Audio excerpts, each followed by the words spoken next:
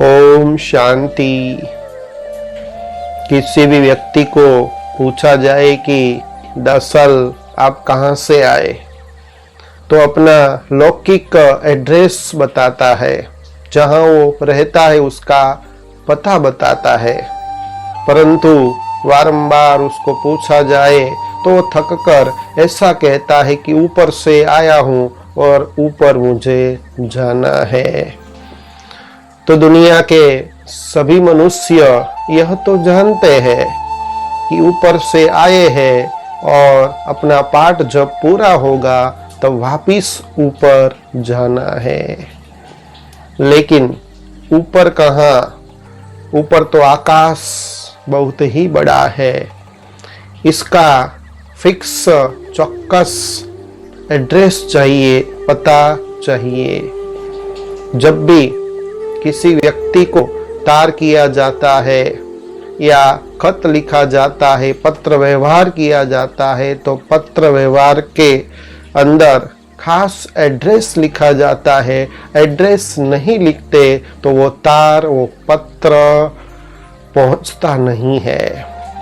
ऐसे हम कहने से तो कह देते हैं, ये बात सच्ची है कि हम सभी मनुष्य आत्माएं ऊपर से आए हैं, लेकिन उसका चौकस फिक्स एड्रेस तो होगा ना। कौन सा ऐसा लोक है, कौन सा ऐसा धाम है जिस धाम से हम इस रंग मंच में अपना पार्ट प्ले करने के लिए आए हैं। तो इसके बारे में कई लोग तो ऐसा कह देते हैं कि एक चोटी है, वो चोटी के आगे से भी आप मंजिल तक पहुंच सकते हैं, पीछे से भी चढ़ सकते हैं, कोई भी जगह से आप चढ़ सकते हैं, केवल मंजिल में तो पहुंचना है। माना कहने का मतलब उनका ये है कि आप भक्ति करो, गुरु करो, कोई भी देव को मानो, कोई भी मंजिल चुनो, लेकिन पहुंचना तो चोटी के ऊपर ही है। तो सभी मार्ग भगवान के मिलने के हैं, उसी धाम में जाने के हैं।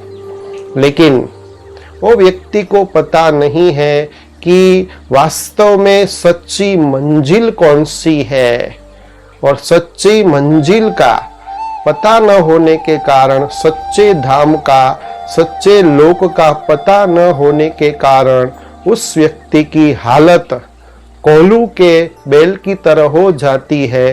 कोल्हू का जो बैल होता है चक्कर लगाता रहता है, चक्कर लगाता रहता है। तो ऐसे वे व्यक्ति भी मंजिल को पाने के लिए चक्कर लगाते हैं और जीवन में ऐसा महसूस करते हैं, हमने तो सब कुछ पा लिया, मंजिल को पा लिया, बहुत ही हमने यात्रा की, लेकिन उसी स्थान में वो होता है और मंजिल उससे कई कोसों दूर होती है, क्योंकि सच्ची मंजिल का आज के इंसान को पता नहीं है। कहने से कह देते हैं ऊपर से आए, ऊपर जाना है, ऊपर वाला जाने। लेकिन आज हम सभी आत्माएं ऊपर से आए हैं, इसका वास्तविक घर है, जो घर के बारे में आज हम जानेंगे।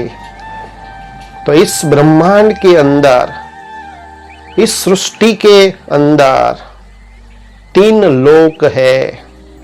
पहला जो लोक है उसे कहा जाता है साकारी मनुष्य लोक, जहां हम सभी अभी रह रहे हैं।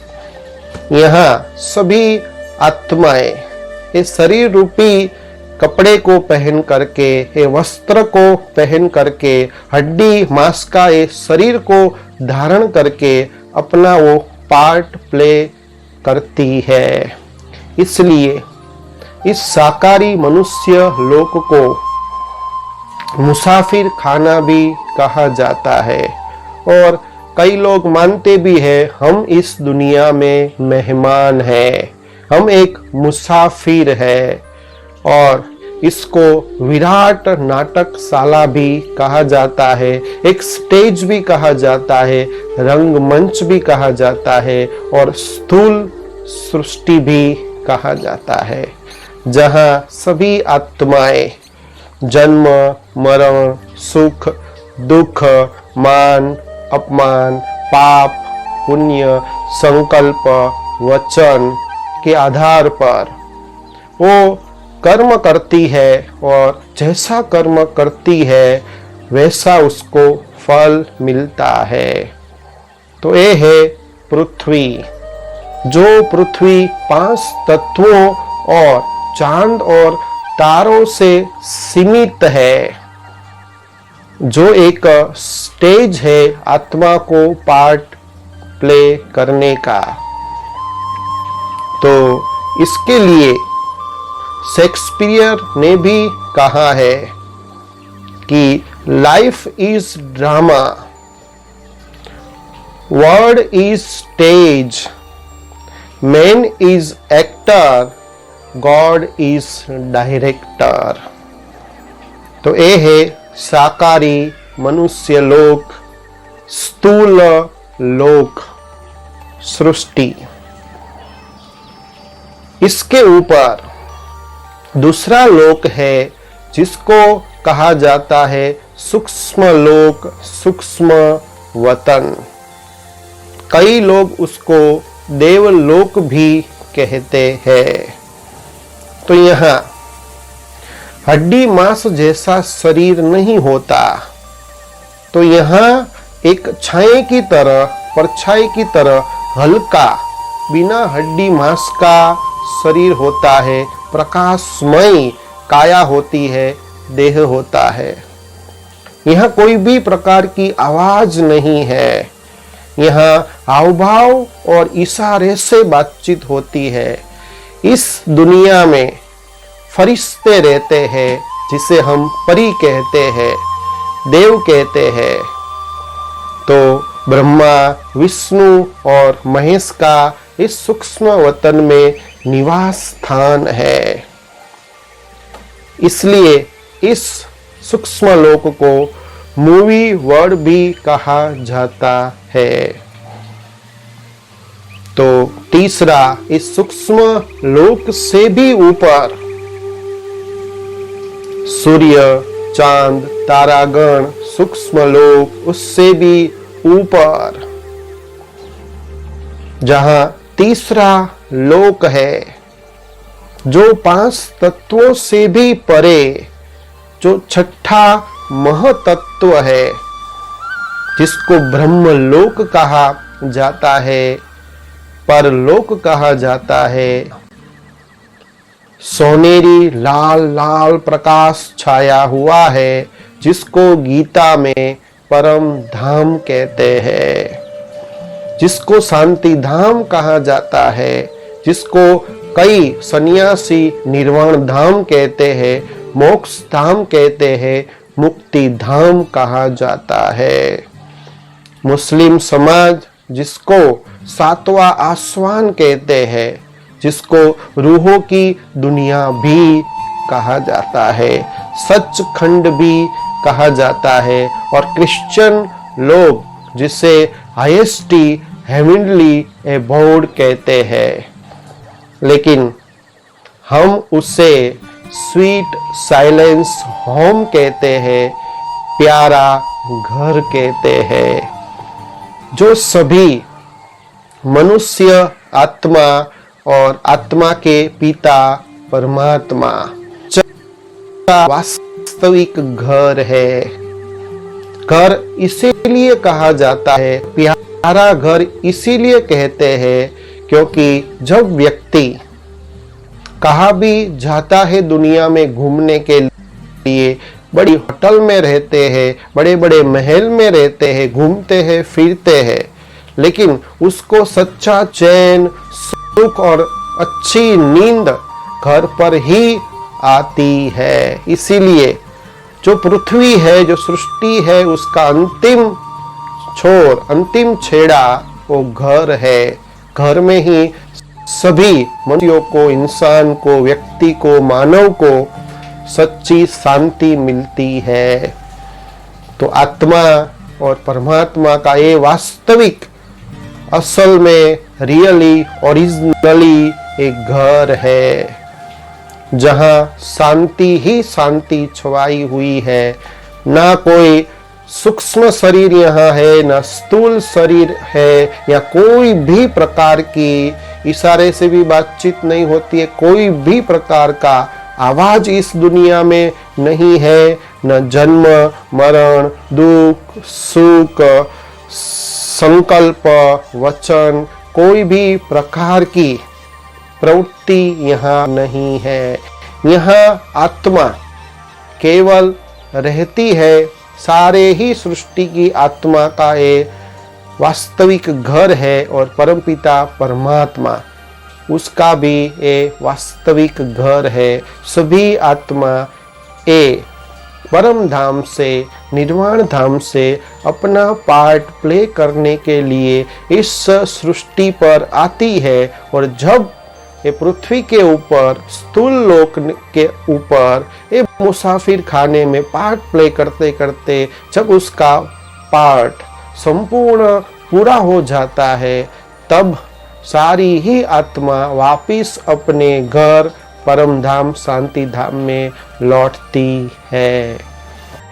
कोई भी व्यक्ति का परिचय जानना है तो उस व्यक्ति के संबंधित 5 बातें जाननी आवश्यक है कि वो व्यक्ति का नाम क्या है, वो व्यक्ति कैसा दिखता है, उसका रूप कैसा है, स्वरूप कैसा है, उसका क्वालिफिकेशन क्या है, माना कितना पढ़ा लिखा है, और फिर उसका एड्रेस, परमानेंट एड्रेस कौन सा है और टेम्पररी एड्रेस कौन सा है, और व्यक्ति क्या ऑक्यूपेशन करता है, धंधा करता है या नौकरी करता है।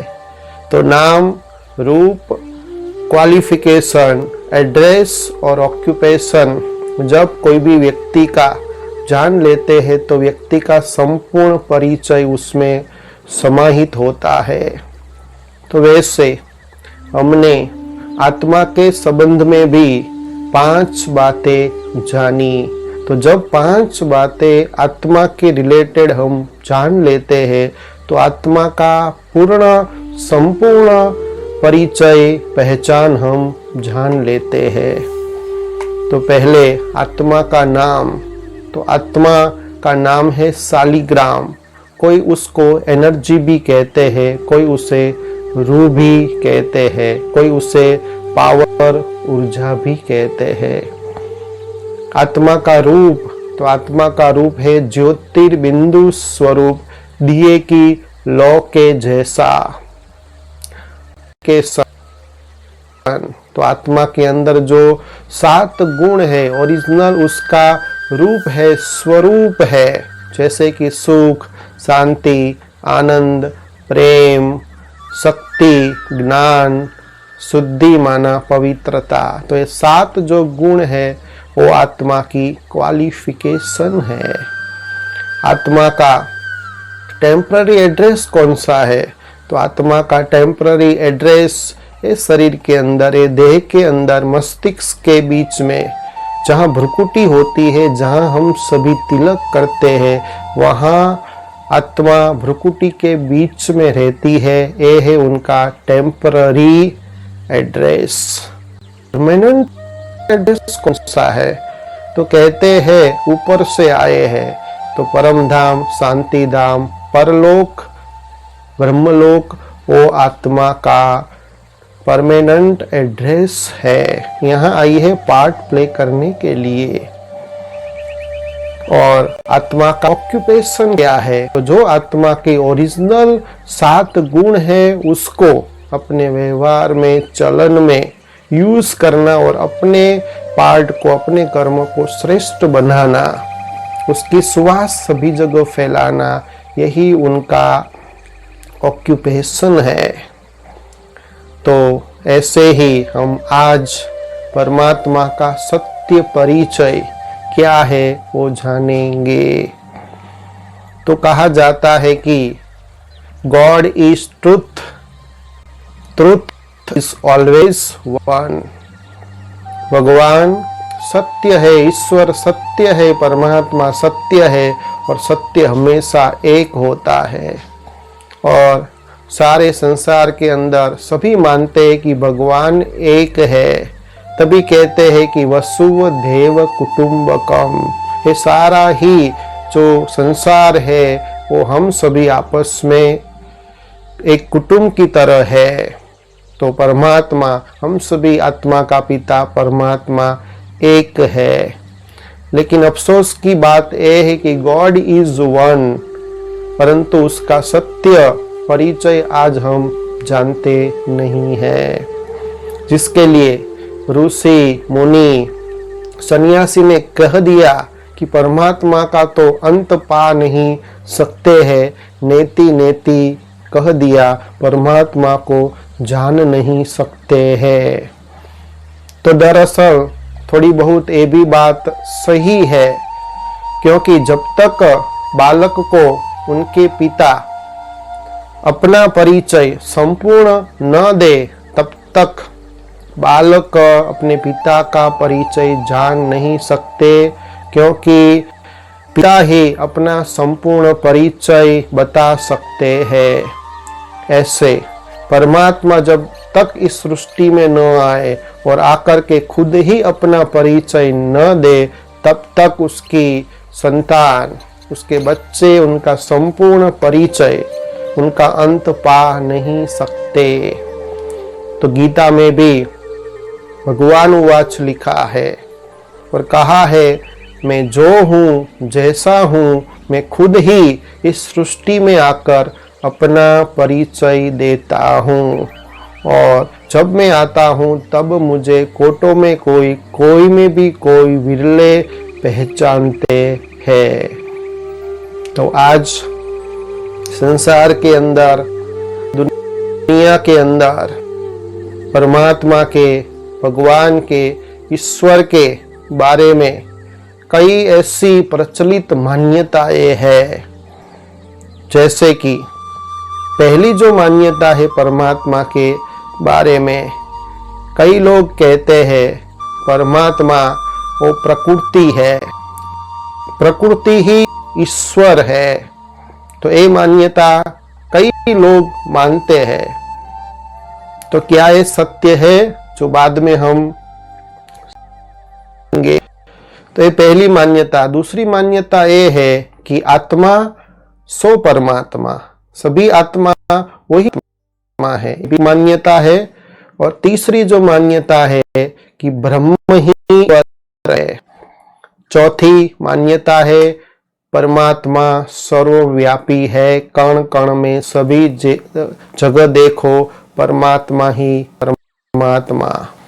फिर पांचवी जो मान्यता है कि जितने भी इष्ट देव हैं, सभी इष्ट देव परमात्मा का ही रूप है।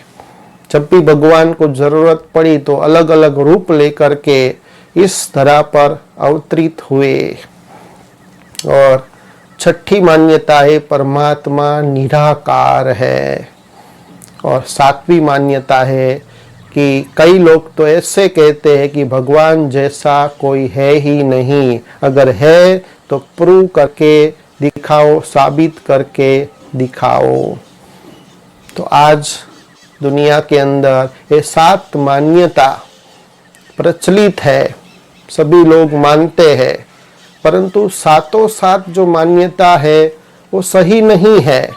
उसमें से एक ऐसी मान्यता है जो सही है। तो कैसे पता पड़े कि ये 7 में से एक मान्यता सही है? उसकी कसौटी क्या है, उसकी परखने की शक्ति क्या है, कैसे मानेंगे हम?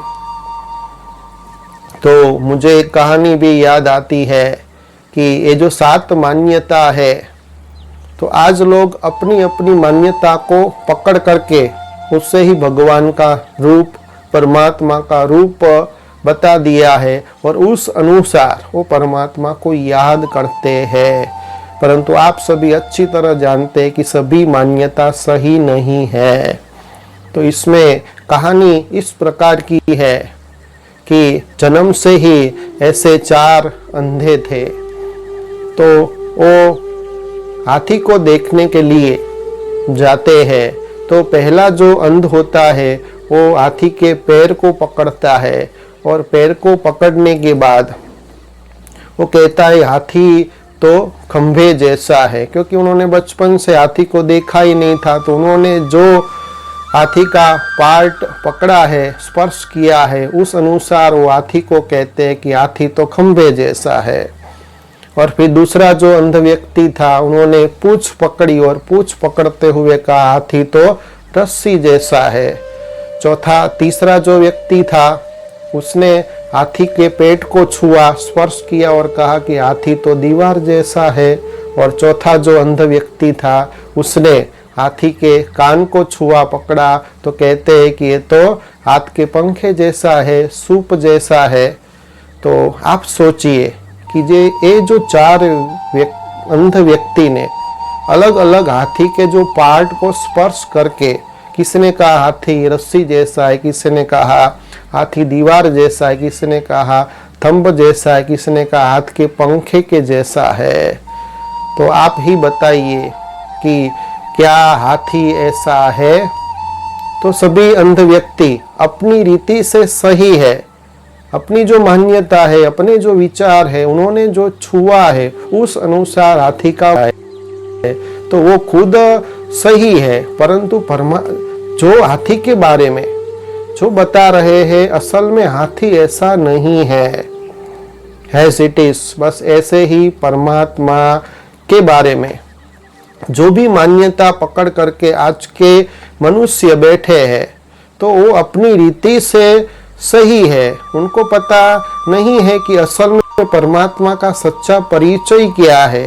वो अपनी मान्यता को ही परमात्मा भगवान समझ लेते हैं। दरअसल परमात्मा का सत्य परिचय तो अलग ही है।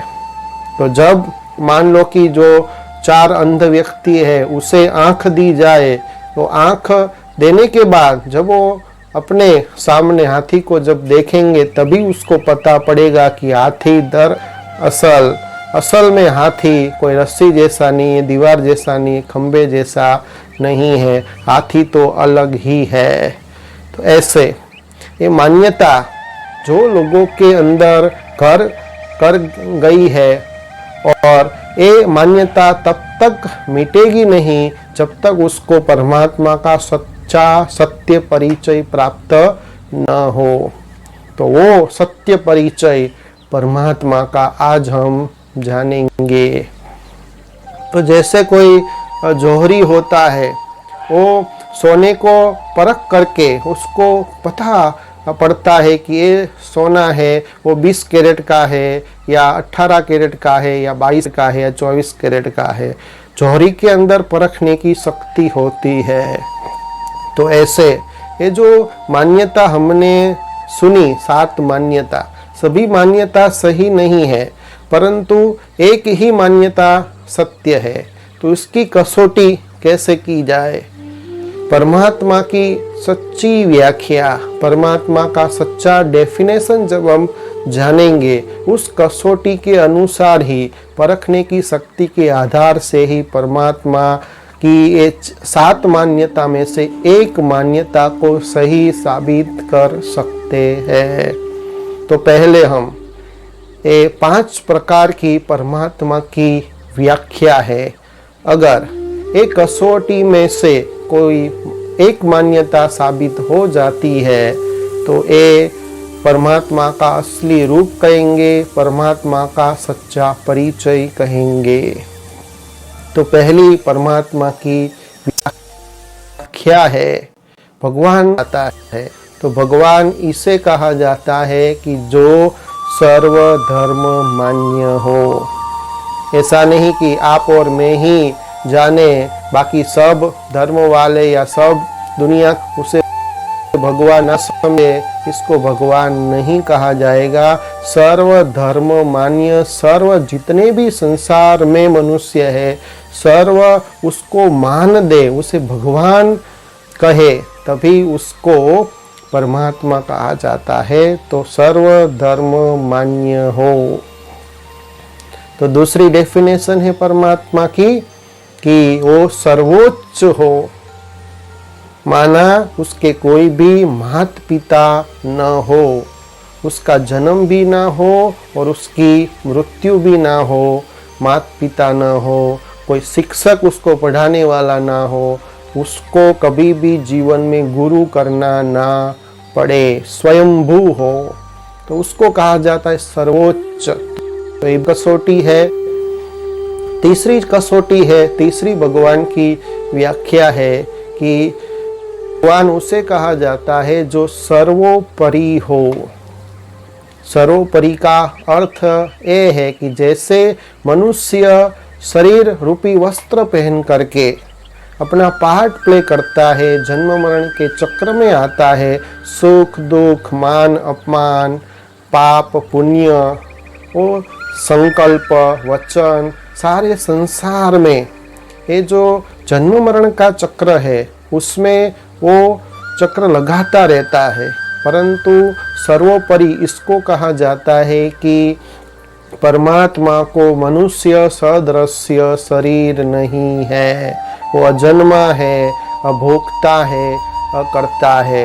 ये गीता में भी खास उल्लेख किया गया है, मैं मनुष्य सदृश्य शरीर लेता नहीं हूँ, मैं अजन्मा हूँ, अभोक्ता हूँ, मैं पाप पुण्य दुख सुख जन्म मरण के चक्र में आता नहीं हूँ, मैं तो दुख हरता सुख करता हूँ, मनुष्य के दुख को दूर करता हूँ और सभी को सुख देता हूँ।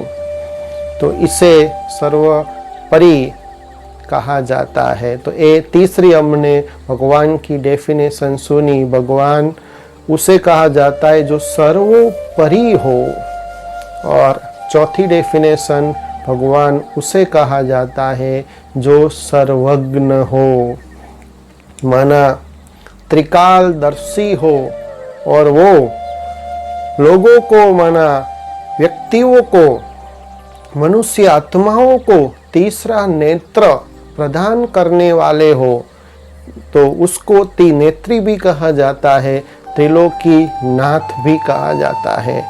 इसीलिए भगवान ईश्वर प्रभु को इंग्लिश में गॉड कहते हैं।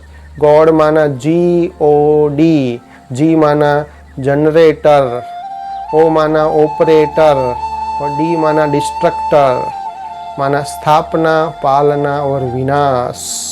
इसीलिए भगवान को त्रिमूर्ति भी कहते हैं, तीन कार्य वो कराते हैं, इसलिए उसको करण करावन हार कहा जाता है, स्थापना पालना और विनाश। इसलिए भगवान के अंदर आदि मध्य अंत का सृष्टि का ज्ञान है, इसलिए भगवान को नॉलेजफुल कहा जाता है। दुनिया की जितनी भी शक्ति है उसका वो परिचय जानते हैं, उनके अंदर है, सारे ही ज्ञान के ज्ञाता है, तो इसे ही सर्वज्ञ कहा जाता है। मनुष्य तो अल्पज्ञ है, उसके अंदर इतना ज्ञान नहीं है, तो परमात्मा उसे कहा जाता है जो सर्वज्ञ हो। और पांचवी कसौटी या पांचवी परमात्मा की डेफिनेशन, परमात्मा उसे कहा जाता है जिसके गुण अनंत हो, जो अपरिवर्तनशील हो और जिसकी अवस्था, जिसकी हर एक परिस्थिति में स्थिति एक रस हो, उसे ही परमात्मा कहा जाता है।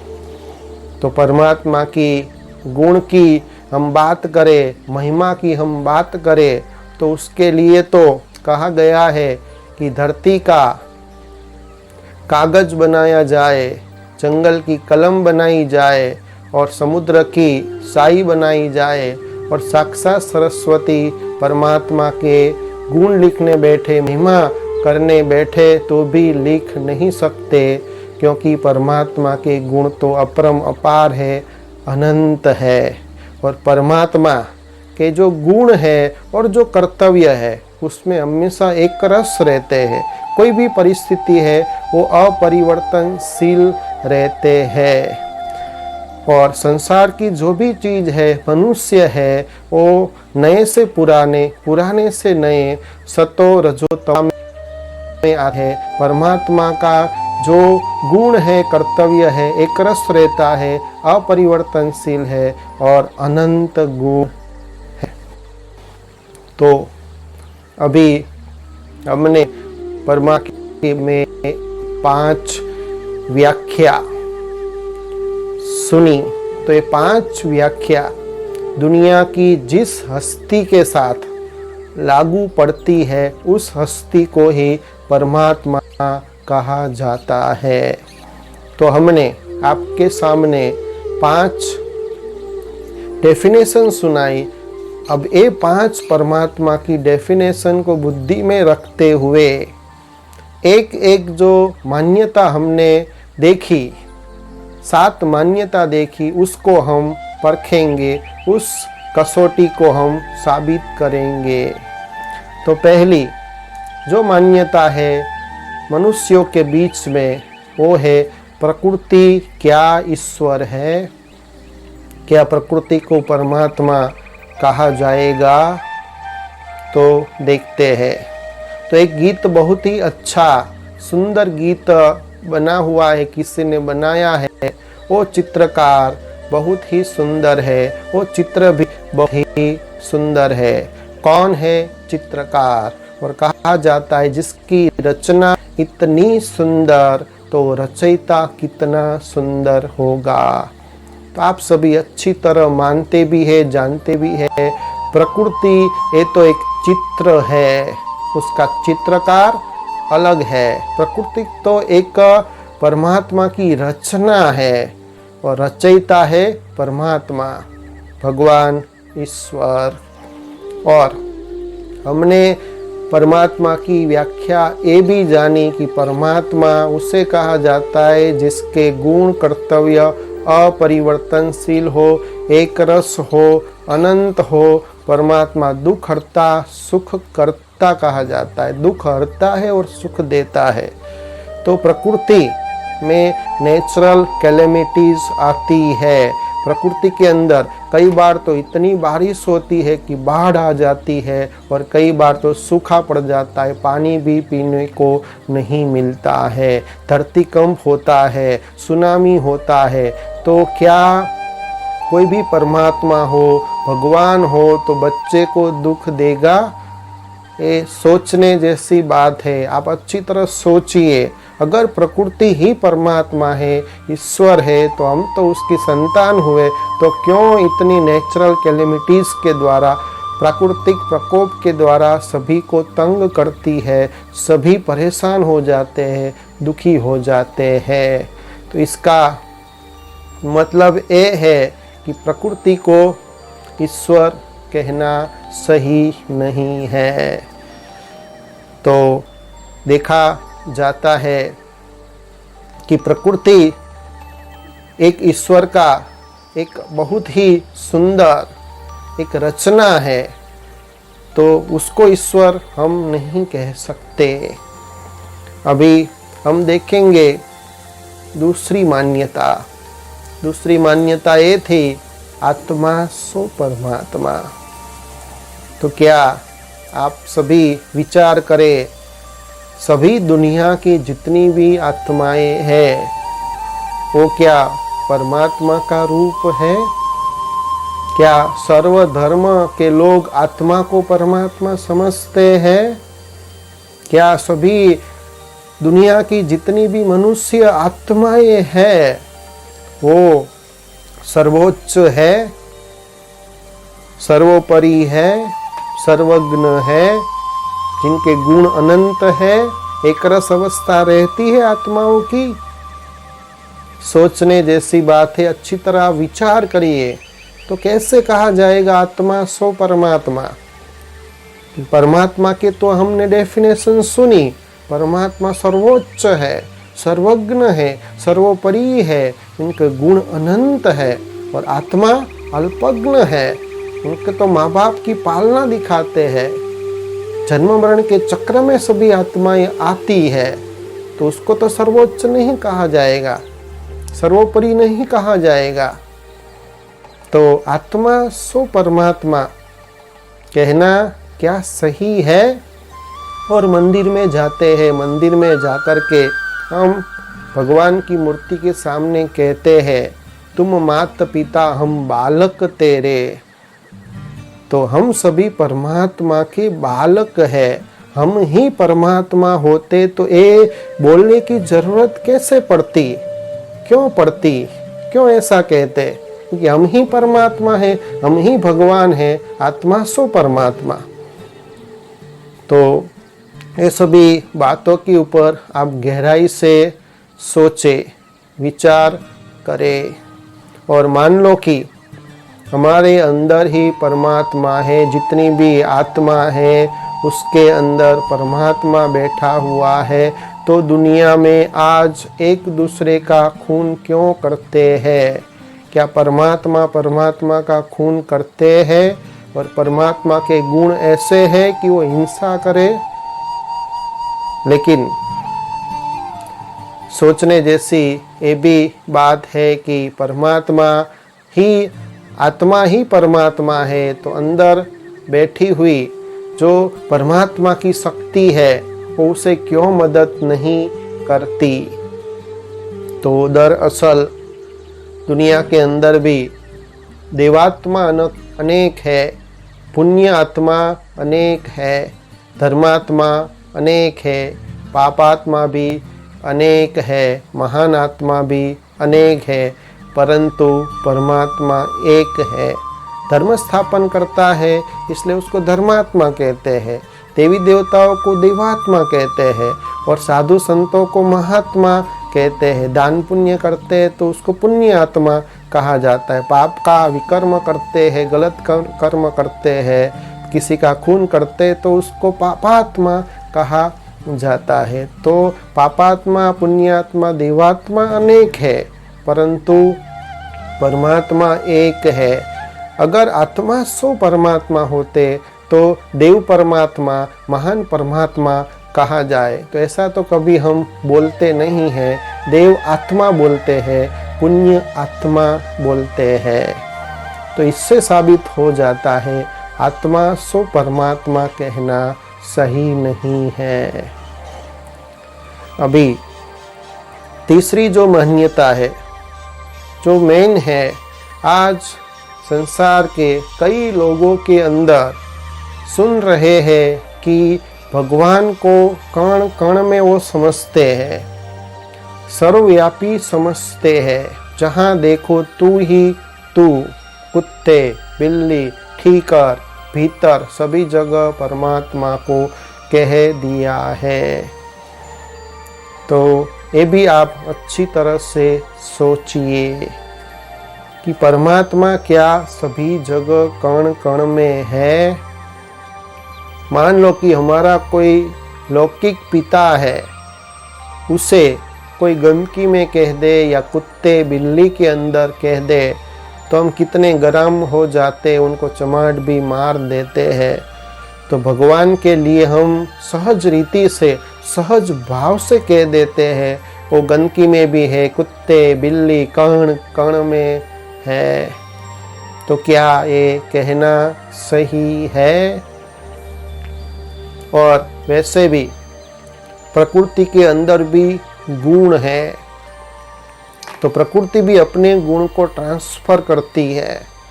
तो जैसे अग्नि के गुण ट्रांसफर होकर लोहे में जाते हैं, तो यदि कण कण के अंदर परमात्मा है तो उनके गुण भी ट्रांसफर होने चाहिए। माना सभी जगह शांति होनी चाहिए, सभी जगह सुख होना चाहिए, दुख अशांति का तो नाम निशान हो जाए अगर सभी जगह परमात्मा होते। और कहते हैं कि ऊपर से आए हैं, ऊपर हमको जाना है। और भगवान के लिए भी सभी धर्म आत्मा है, सभी जो बड़े बड़े महान आत्माएं हैं, भगवान के लिए ऊपर इशारा किया जाता है कि ऊपर वाला जाने।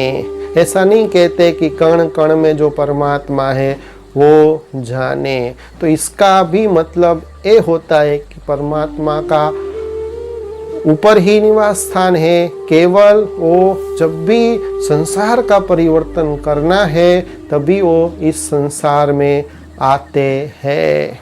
इसीलिए गीता के अंदर जो भगवत गीता है, श्रीमद् भगवत गीता, उसके अंदर भी भगवान उवाच लिखा है और साक्षात ईश्वर ने, परमात्मा ने, भगवान ने कहा है कि जब अधर्म, अत्याचार, पापाचार बढ़ जाता है तब सत्य धर्म की स्थापना करने के लिए मैं ऊपर से नीचे आता हूँ। इसीलिए महाभारत की शुरुआत में भी यदा यदा ही धर्मस्य ग्लानि भवति भारत, जब जब धर्म की अति ग्लानि होती है तब मैं यहाँ आता हूँ।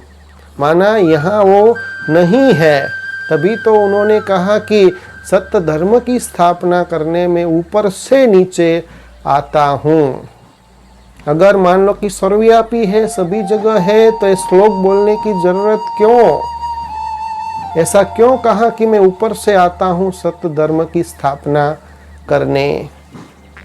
और यहाँ ही सभी जगह परमात्मा है, तो सभी आत्माएं, सभी जो चीजें हो सतो प्रधान होनी चाहिए, चारों ओर शांति ही शांति होनी चाहिए। अगर मेरे अंदर भी परमात्मा है तो एक दूसरों का हम खून क्यों करते हैं?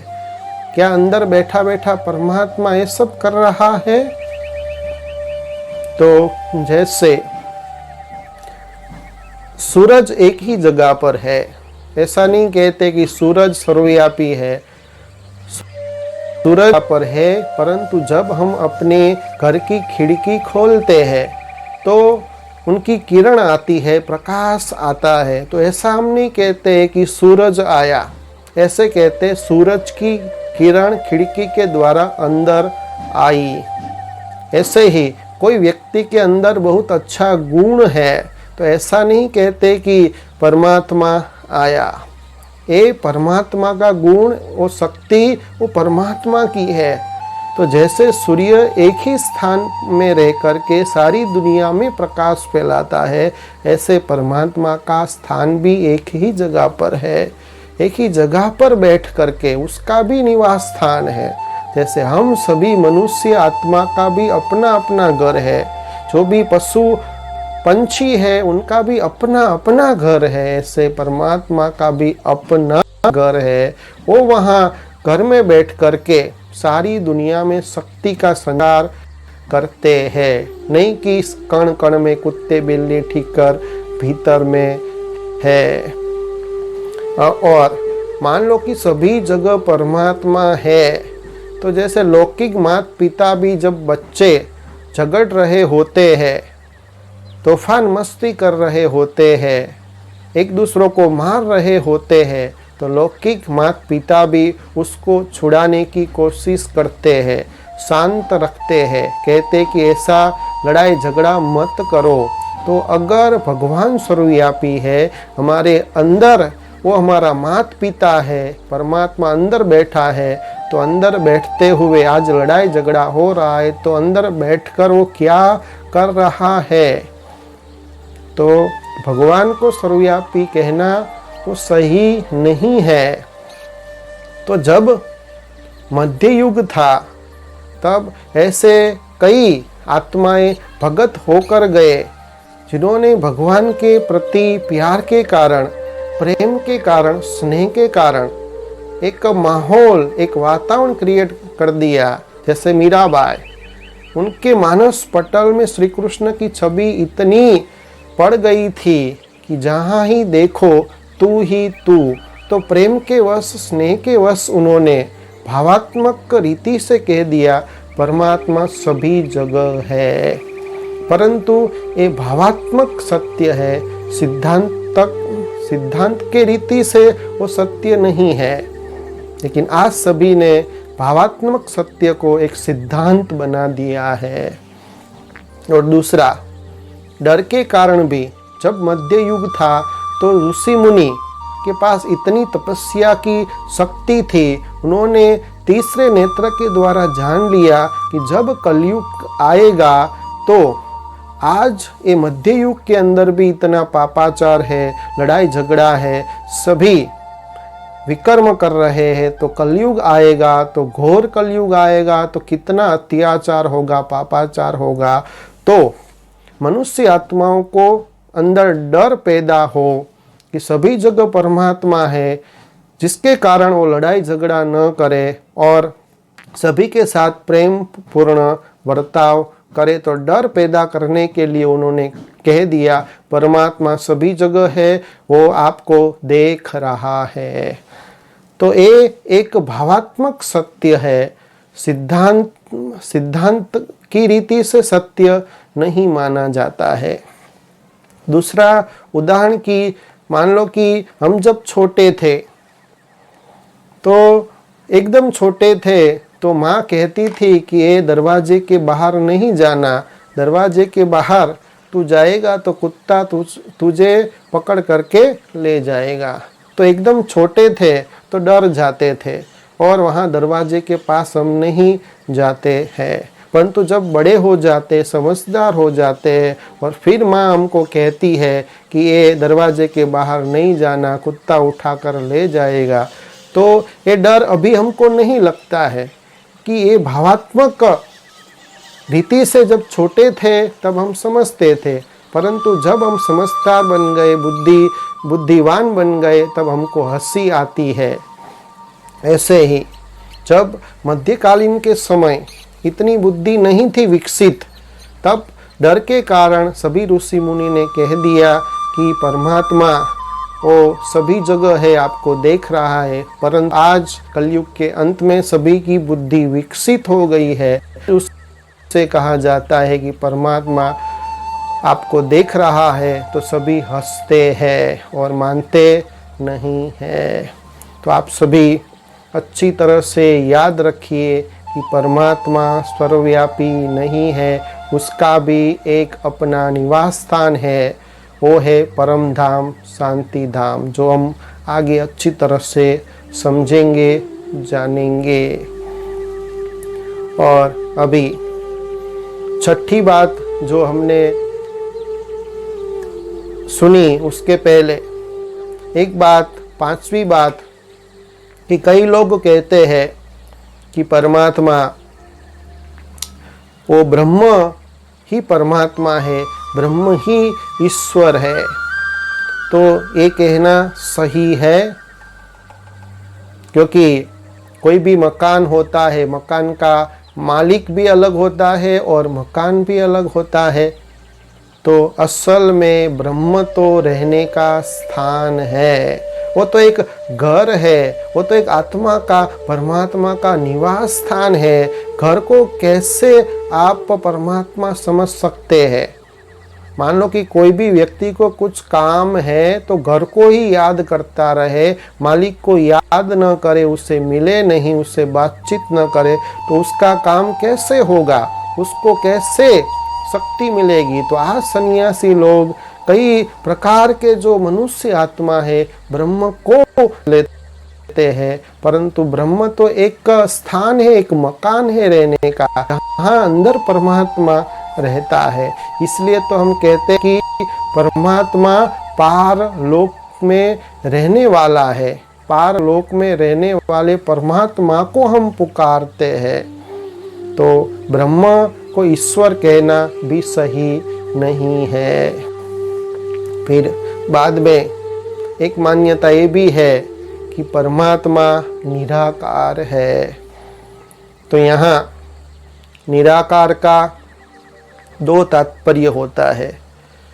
जैसे निराकार माना मनुष्य के जैसा परमात्मा का अपना खुद का शरीर नहीं है, क्योंकि परमात्मा को जन्म मरण से न्यारा और प्यारा कहा जाता है, दुख सुख से न्यारा और प्यारा कहा जाता है। तो यहाँ निराकार माना उनको मनुष्य जैसा शरीर नहीं है, उस अंदाज से उनको निराकार कहा गया। परंतु आज जो मनुष्य निराकार परमात्मा को समझते हैं वो एक गलत उनकी मान्यता है, सही नहीं है। वो परमात्मा को नाम रूप से न्यारा कहते हैं। अभी आप सोचिए कि कोई भी चीज दुनिया में है, पशु पंछी जितने भी दुनिया में व्यक्ति है, चीजें है, वो सभी चीजों का, व्यक्ति का, पशु पंछी का अलग अलग फिर भी नाम है। ऐसी कोई वस्तु नहीं जिसका नाम ना हो। तो परमात्मा के बारे में कह देते हैं कि परमात्मा नाम रूप से निहारा है। तो परमात्मा का आप विचार करिए, नाम भी नहीं है, रूप भी नहीं है, तो आप कैसे उसे याद करेंगे? जिसका नाम ना हो, रूप ना हो, तो उसके पास से कैसे आप शक्ति लेंगे? तो यहाँ निराकार का अर्थ है कि उसको अपना शरीर नहीं है मनुष्य जैसा, इसलिए उसको निराकार कहा गया है। असल में उनका आकार है ज्योतिर्बिंदु स्वरूप, इसलिए उसको ज्योतिर्लिंगम के रूप में भारत देश में सभी जगह उनकी पूजा की जाती है, उनको याद किया जाता है। उनका असल स्वरूप है जैसे सूर्य के अंदर कितना तेज है, ऐसे तेजोमय परमात्मा का असली स्वरूप है। तो अभी हम जानेंगे कि ये जो हमने मान्यता देखी, परमात्मा की डेफिनेशन देखी, उसमें से एक मान्यता सही है कि परमात्मा निराकार है। तो दुनिया में कई हस्ती है, कितने देवात्मा है, कितने धर्मात्मा है, कितने पुण्य आत्मा है, तो सभी तो भगवान नहीं है। एक ही ऐसी हस्ती है जिसको हम भगवान कह सकते हैं।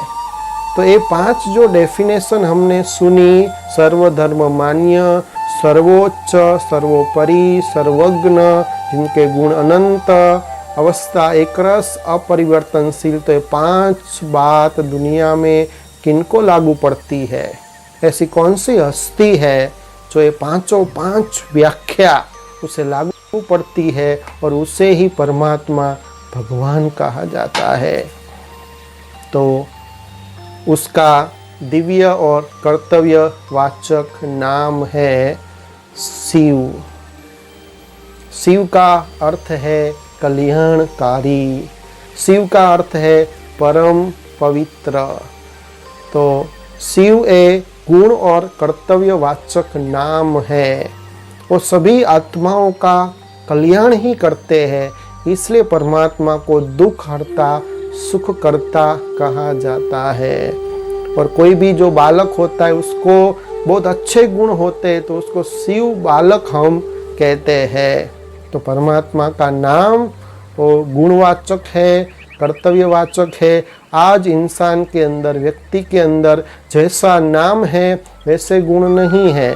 नाम है शांतिबेन और अशांति फैलाते रहते हैं। तो परमात्मा का नाम शिव है। रूप है ज्योतिर्बिंदु स्वरूप, और उस ज्योतिर्बिंदु स्वरूप के रूप में आज भारत देश के कोने कोने में ज्योतिर्लिंगम के रूप में उसे याद किया जाता है। तो अभी आप ही सोचिए कि परमात्मा ज्योति स्वरूप है, सूर्य समान है, वो देखा भी नहीं जाता है, वो केवल महसूस कर सकते हैं। जैसे हवा है, हवा को देखा नहीं जा सकता, खुशबू है, सुगंध है, उसे देखा नहीं जा सकता, उसे आप महसूस कर सकते हैं। आत्मा को भी महसूस कर सकते हैं कि जब शरीर के अंदर आत्मा होती है तो बोल सकता है, देख सकता है, सुन सकता है, मूविंग कर सकता है, कार्य कर सकता है। आत्मा जब चली जाती है तो वो शरीर को हम जला देते हैं। आत्मा भी दिखाई नहीं देती, ऐसे परमात्मा भी दिखाई नहीं देते, परंतु परमात्मा का स्वरूप आत्मा जैसा ही है। तो उसको याद करने के लिए मध्यकालीन समय के अंदर शिवलिंग बना दिया। और ज्योतिर्लिंगम परमात्मा को याद करने के लिए, पूजा पाठ करने के लिए, अर्चना करने के लिए शिवलिंग के रूप में उसको याद करते हैं, पूजा पाठ करते हैं और उनका मंदिर बना दिया। वास्तविक रीति से परमात्मा ऐसे शिवलिंग जैसे नहीं है, उनका ओरिजिनल स्वरूप है ज्योति स्वरूप, सूर्य समान तेजोमयी। तो आज शिवलिंग के रूप में वो परमपिता परमात्मा शिव को याद किया जाता है। आज भारत में एक भी ऐसा गांव नहीं होगा, एक भी ऐसी दिशा नहीं है, दसों दिशा में सभी परमात्मा शिव के बड़े बड़े मंदिर है। और एक भी ऐसा गांव नहीं होगा, छोटा सा गांव होगा, वहाँ भी शिव का मंदिर अवश्य होता है, क्योंकि सभी मनुष्य आत्मा का सच्चा पिता शिव है, इसलिए शिव का मंदिर सभी जगह होता है। और भारत देश के अंदर उत्तर में आप देखो तो भारत देश के उत्तर में अमरनाथ सबसे बड़ा, और कितने कष्ट सहन करने के बाद अमरनाथ दर्शन के लिए लाखों लोग जाते हैं। ऑटोमेटिक बर्फ का लिंग बन जाता है। तो ये भी उत्तर भारत में अमरनाथ के रूप में शिव परमात्मा को याद किया जाता है। फिर है नीचे आप आइए रामेश्वर, तो रामेश्वर में भी परमात्मा शिव का बहुत बड़ा मंदिर है।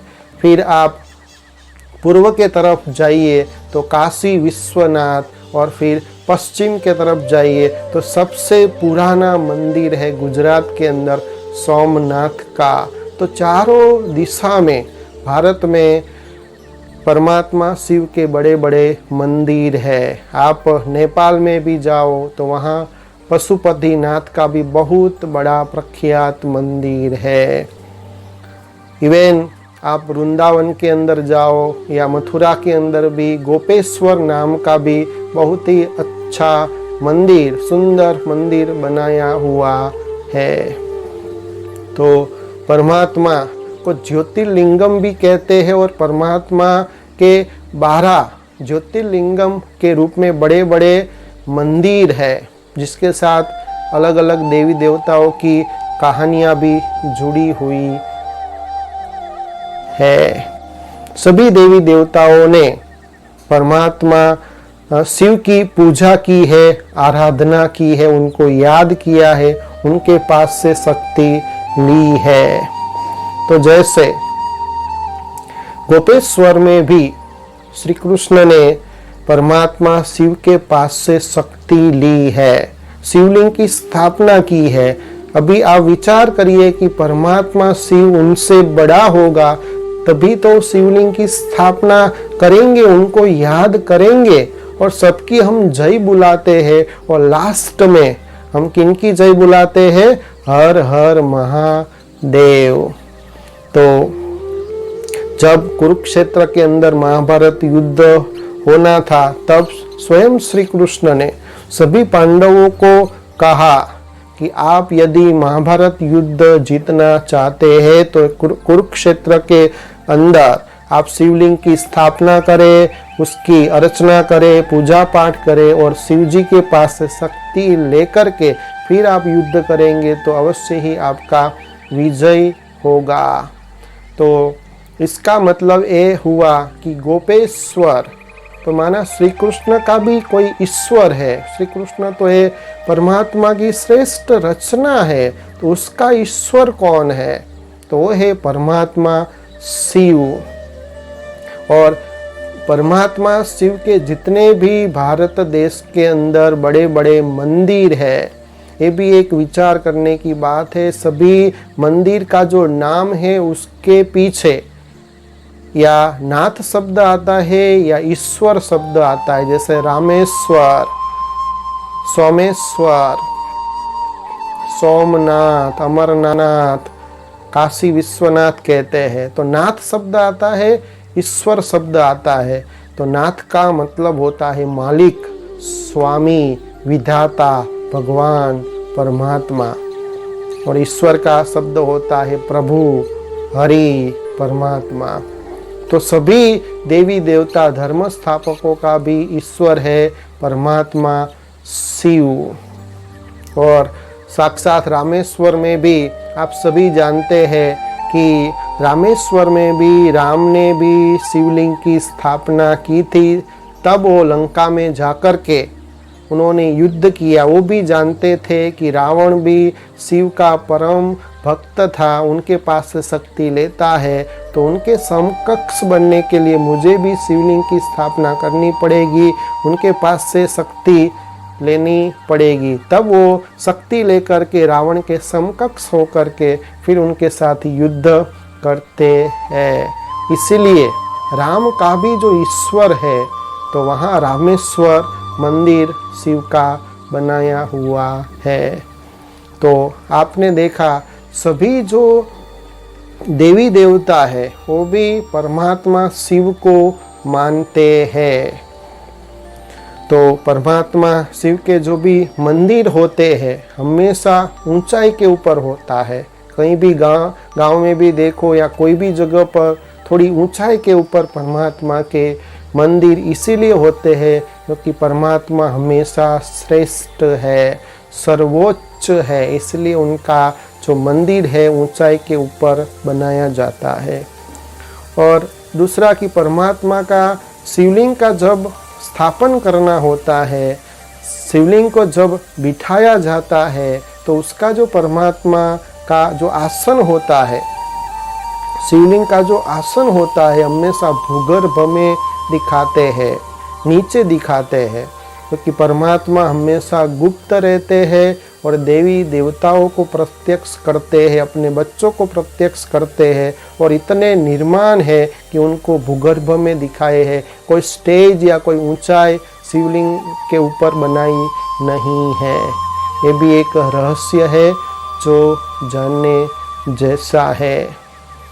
और दूसरा, उनको स्वयंभू कहा जाता है। उनको क्रिएट करने वाला कोई नहीं है, उनके कोई माँ बाप नहीं है, उनका कोई गुरु नहीं है।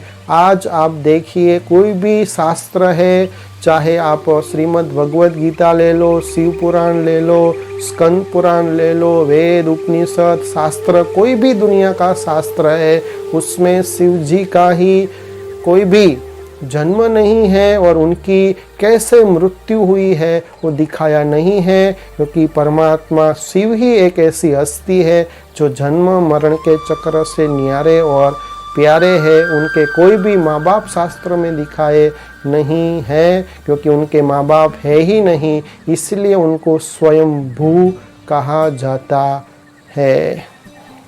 तो अभी हम देखेंगे कि अलग अलग जो धर्म स्थापक है, अलग अलग जो धर्म है, वो भी परमात्मा शिव को एक या दूसरे रूप से याद तो करते ही है। क्योंकि मैंने आप सभी को कहा कि परमात्मा का रूप ज्योति जैसा है, प्रकाश जैसा है, परमात्मा का रूप रोशनी जैसा है, तेजोमय है। तो जैसे मुस्लिम समाज भी, मुस्लिम लोग भी परमात्मा को, अल्लाह को ज्योति स्वरूप में याद करते हैं, तेज के रूप में याद करते हैं। तो जहाँ वो हज करने जाते हैं, वहाँ मक्का के अंदर संगे अस्वद नाम का काबा का पत्थर होता है, वो पत्थर का भी कोई आकार नहीं है। ऐसे भी मुस्लिम लोग परमात्मा को मूर्ति के रूप में याद नहीं करते, वो भी निराकार रूप में याद करते हैं। और जब परमात्मा के बारे में, अल्लाह के बारे में विवाद हुआ था, झगड़ा हुआ था, तब आकाशवाणी हुई और ऊपर से एक बहुत सफ़ेद रंग का पत्थर नीचे गिरा और फिर उनको कहा गया नूरे इलाही, जिसको संगे अस्वद कहा जाता है। नूरे इलाही माना प्रकाश का एक पत्थर, और फिर उसके ऊपर पाप धोते धोते वो काला हो जाता है। और सभी मुसलमान लोग मानते हैं कि एक बार उसको हज करना है और उस पत्थर को चूमना है और उसे याद करना है, उसका दर्शन करना है, ऐसी मुसलमानों के अंदर मान्यता है। तो मुसलमान भी अल्लाह को, ईश्वर को, भगवान को एक प्रकाश मानते हैं, एक नूर मानते हैं। और फिर जो जापानी जो लोग हैं, जैसे बौद्ध धर्म, जापानी लोग के अंदर, चीन के अंदर बौद्ध धर्म ज़्यादा है, तो वो लोग क्या करते हैं, उनकी एक प्रकार की ऐसी कौम है जो एक स्टैंड बनाते हैं 2.5 या 3 फीट का। वो स्टैंड में एक लाल कलर का शिवलिंग के आकार का एक पत्थर रखते हैं, और पत्थर रखने के बाद उससे 3-4 फीट दूर बैठ करके वो पत्थर के ऊपर अपनी मन और बुद्धि को कंसंट्रेशन करते हैं, और वो पत्थर को मानते हैं, शांति देवा मानते हैं। उनको चिन कौन सेकी कहते हैं। उसका तात्पर्य है, उसका मतलब यह है कि शांति देने वाला दाता, गिवर ऑफ पीस। तो बौद्धि लोग भी, जापानी लोग भी परमात्मा को शिवलिंग के रूप में याद करते हैं।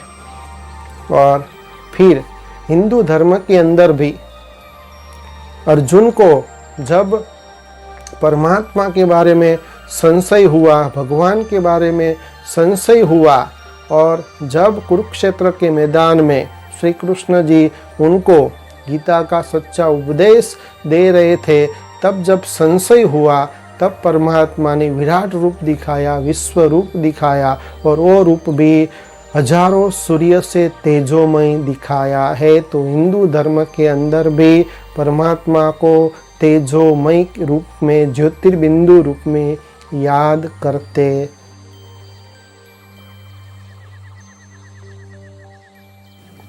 और फिर क्रिश्चियन धर्म के अंदर भी उनके धर्म स्थापक यीशु ख्रिस्ती ने भी कहा था कि God is light, I am son of God. भगवान लाइट स्वरूप है, प्रकाश स्वरूप है, मैं तो उनकी संतान हूँ। और क्रिश्चियन धर्म के अंदर भी बताया जाता है कि जब उनको क्रॉस पर चढ़ाते हैं, तब वो कहते हैं कि हे प्रभु, ये जो मुझे अभी क्रॉस पर चढ़ा रहे हैं वो अज्ञानी है, उनको कुछ भी पता नहीं है, आप उसे क्षमा याचना कर देना। तो इसका मतलब ये हुआ कि जो क्राइस्ट है वो क्राइस्ट कोई भगवान नहीं है। अगर वो ही भगवान होते तो उनको ये कहने की दरकार नहीं रहती कि हे प्रभु, खुद ही भगवान है तो हे प्रभु क्यों कहा, और कहा कि हे प्रभु इनको क्षमा याचना करना। तो हे प्रभु माना प्रभु कोई अलग है, भगवान कोई अलग है, परमात्मा कोई अलग है। तो क्रिश्चियन धर्म के अंदर भी जो मूसा है, एक बार वो तपस्या करने के लिए जब माउंटेन में गया था, तो माउंटेन के अंदर भी आकाशवाणी होती है, उनको साक्षात्कार होता है, और तेजोमय प्रकाश में आकाशवाणी होने के बाद वो तेजोमय प्रकाश उसे कहता है कि मेरा नाम जेहोवा है। और फिर उसमें से अलग अलग 2 पत्थर नीचे गिरते हैं, और एक पत्थर के अंदर 5 आदेश होते हैं, और दूसरे पत्थर के अंदर दूसरे 5 आदेश होते हैं, और कहते हैं कि ये जो 10 सिद्धांत है उसका प्रचार प्रसार आपको करना है। तो ऐसे भी जब हम चर्च में जाते हैं क्रिश्चियन के, तो चर्च के अंदर भी एक मोमबत्ती होती है जो बहुत बड़ी होती है, जो परमात्मा का प्रकाश रूप दिखाते हैं, और छोटी छोटी उसके आजू बाजू मोमबत्ती जलाते हैं। वो सभी आत्मा का रूप है, आत्मा का निशानी है, आत्मा का संकेत दिखाते हैं। तो क्रिश्चियन लोग भी परमात्मा को लाइट के रूप में याद करते हैं। तो परमात्मा का अलग अलग धर्म के लोग कैसे उनको याद करते हैं, तो जैसे बताया कि हिंदू धर्म के अंदर परमात्मा को शिवलिंग के रूप में याद करते हैं, ज्योतिर्लिंगम के रूप में याद करते हैं। मुसलमान जिसे नूरे इलाही कहते हैं, एक नूर के समान, एक रोशनी के समान परमात्मा को निराकार के समान मानते हैं। क्रिश्चियन लोग उनको लाइट के रूप में याद करते हैं, मोमबत्ती के रूप में याद करते हैं। और जो गुरु नानक है उन्होंने भी भगवान के बारे में ऊपर इशारा दिया है, कभी भी अपने तरफ इशारा नहीं किया है। उनकी उंगली भी ऊपर दिखाते हैं। और गुरु नानक ने भी कहा है, एक ओमकार, एक निराकार को याद करो। परमात्मा है वो ओमकार है, निराकार है, सत नाम है, अकाल मूर्त है, अजोनी है और निर्वैर है। तो भी परमात्मा को निराकार के रूप में याद करने को कहते हैं। तो अभी हिंदू धर्म के अंदर जो शिव को है शिवलिंग के रूप में याद किया जाता है, उसकी पूजा की जाती है। तो उसका वास्तविक रहस्य क्या है? तो शिवलिंग के रूप में, एक सिंबॉलिक रूप में परमात्मा शिव को याद किया जाता है। और वो शिवलिंग में भी त्रिपुटी होती है। वो तीन जो वाइट त्रिपुटी होती है, उसका भी आध्यात्मिक रहस्य है कि परमात्मा आदि मध्य अंत को जानने वाले हैं। सृष्टि के जो भी ज्ञाता है, जो भी ज्ञान है, शुरुआत में क्या हुआ, फिर प्रेजेंट में क्या होगा और पास्ट में क्या होगा, तो सृष्टि के चक्र के आदि मध्य अंत का ज्ञान परमात्मा में है। इसलिए शिवलिंग में 3 रेखाएं सफेद रंग की दिखाई है और बीच में एक लाल कलर का एक तिलक दिखाया है, जिसका अर्थ है कि परमात्मा सभी आत्माओं की ज्योति जगाने के लिए सभी को ज्ञान का तीसरा चक्षु देते हैं, नेत्र देते हैं। और शिवलिंग के ऊपर ही बिली पत्र चढ़ाते हैं। उसका अर्थ ये है कि परमात्मा ब्रह्मा, विष्णु और महेश माना शंकर का भी रचयिता है। और फिर साईं बाबा भी कहते कि सबका मालिक एक है, और उनका ध्यान जब बोलते सबका मालिक एक है तो उनका भी ध्यान हमेशा ऊपर की तरफ जाता है। सबका मालिक ऊपर बैठा है। वो खुद ऐसा नहीं कहते कि मैं भगवान हूँ। सबका मालिक एक माना परमात्मा एक है, वो ऊपर निवास स्थान करता है। और पारसी लोग भी अखंड अग्नि को मानते हैं, परमात्मा को अग्नि के रूप में वो भी याद करते हैं। तो सभी धर्म स्थापन करने वाले धर्मात्मा और जो भी देवात्मा है वो परमपिता परमात्मा शिव को ज्योति स्वरूप में याद करते हैं। तो अभी हम एक दूसरा रहस्य जो जानने जैसा है वो ये है कि सभी दुनिया के लोग शिव और शंकर को एक ही मानते हैं। शिव ही शंकर है, शंकर ही शिव है। परंतु आप आज जो परमात्मा का सत्य परिचय आपने जाना, तो ये रहस्य आप ये समझ ले कि शिव भी अलग है और शंकर भी अलग है। दोनों अलग अलग हस्ती है। शिव वो रचयिता है, शंकर उसकी रचना है। एक पिता है तो एक पुत्र है। दोनों का कर्तव्य अलग है, दोनों का स्वरूप, दोनों का दिखावा रूप अलग है, दोनों का स्थान, रहने का स्थान अलग अलग है। तो जैसे परमात्मा शिव है, वो रचयिता है, उनका नाम शिव है, और उनकी रचना जो विनाशकारी है। और परमात्मा शिव का कर्तव्य है वो कल्याणकारी है, और शंकर का कर्तव्य है कि वो विनाशकारी है। उनका कर्तव्य भी अलग अलग है, नाम भी अलग अलग है। और शिव को हमेशा ज्योतिर्बिंदु स्वरूप दिखाया है, शिवलिंग के रूप में याद करते, और शंकर को हमेशा ध्यानस्थ अवस्था में दिखाते हैं, तपस्या में दिखाते हैं। और एक श्लोक हम बोलते हैं जिससे ही साबित हो जाता है कि शिव और शंकर अलग अलग है। उसमें हम कहते हैं कि ब्रह्मा देवताय नमः, विष्णु देवताय नमः, शंकर देवताय नमः, और लास्ट में कहते हैं शिव परमात्माय नमः। तो ब्रह्मा, विष्णु और शंकर के पीछे देवात्माय नमः कहते हैं, और शिव के पीछे ही परमात्मा माना भगवान नमः कहते हैं। तो ये श्लोक ही साबित कर देता है शिव और शंकर अलग अलग हस्ती है। और हमेशा हम शिवलिंग ही बोलते हैं। कभी भी किसी के मुख से अगर एक होते तो शंकर लिंग भी बोलना चाहिए। शिव पुराण है, शंकर पुराण नहीं है। शिव रात्रि कहते हैं, अगर एक है तो कभी कभी शंकर रात्रि भी बोलना चाहिए। तो वास्तव में दोनों अलग अलग हस्ती है। शंकर तो शिव जी के पास से शक्ति लेते हैं, क्योंकि शिव है उनके पिता है, और शंकर वो तो सूक्ष्म वतनवासी है। शिव को दिखाते हैं परम धाम निवासी, ब्रह्मलोक निवासी, और उसके नीचे सूक्ष्म वतन है। वहाँ शंकर हमेशा कैलाश पर्वत के अंदर सूक्ष्म वतन में बैठ करके तपश्चर्या करते हैं। और कहाँ भी शंकर को जब दिखाते हैं तो उनके आगे शिवलिंग जरूर दिखाते हैं। तो वो जो ध्यान धरते हैं, तपस्या करते हैं, तो तपस्या किसकी करते हैं, किसको याद करते हैं, किसके पास से शक्ति लेते हैं? तो सामने जो शिवलिंग है उसके पिता है, उसके रचयिता है, उसके शक्ति लेते हैं। तो इसीलिए कैलाश पर्वत में उनको हमेशा तपस्या में इसलिए दिखाया है क्योंकि उनका कर्तव्य है तांडव करना, विनाश करना, दुनिया का परिवर्तन करना।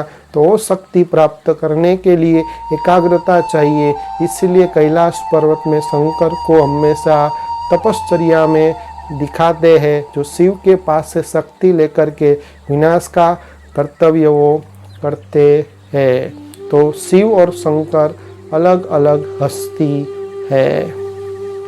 और अभी लास्ट में हम परमात्मा का ओरिजिनल धाम कौन सा है, कहते हैं कि ऊपर से आए हैं, ऊपर जाना।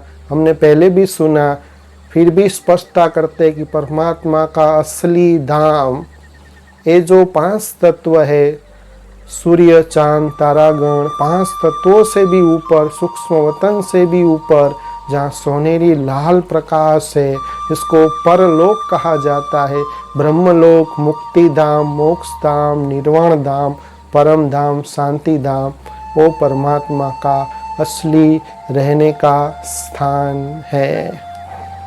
तो अभी आप सभी परमात्मा का संपूर्ण परिचय आपने प्राप्त कर लिया।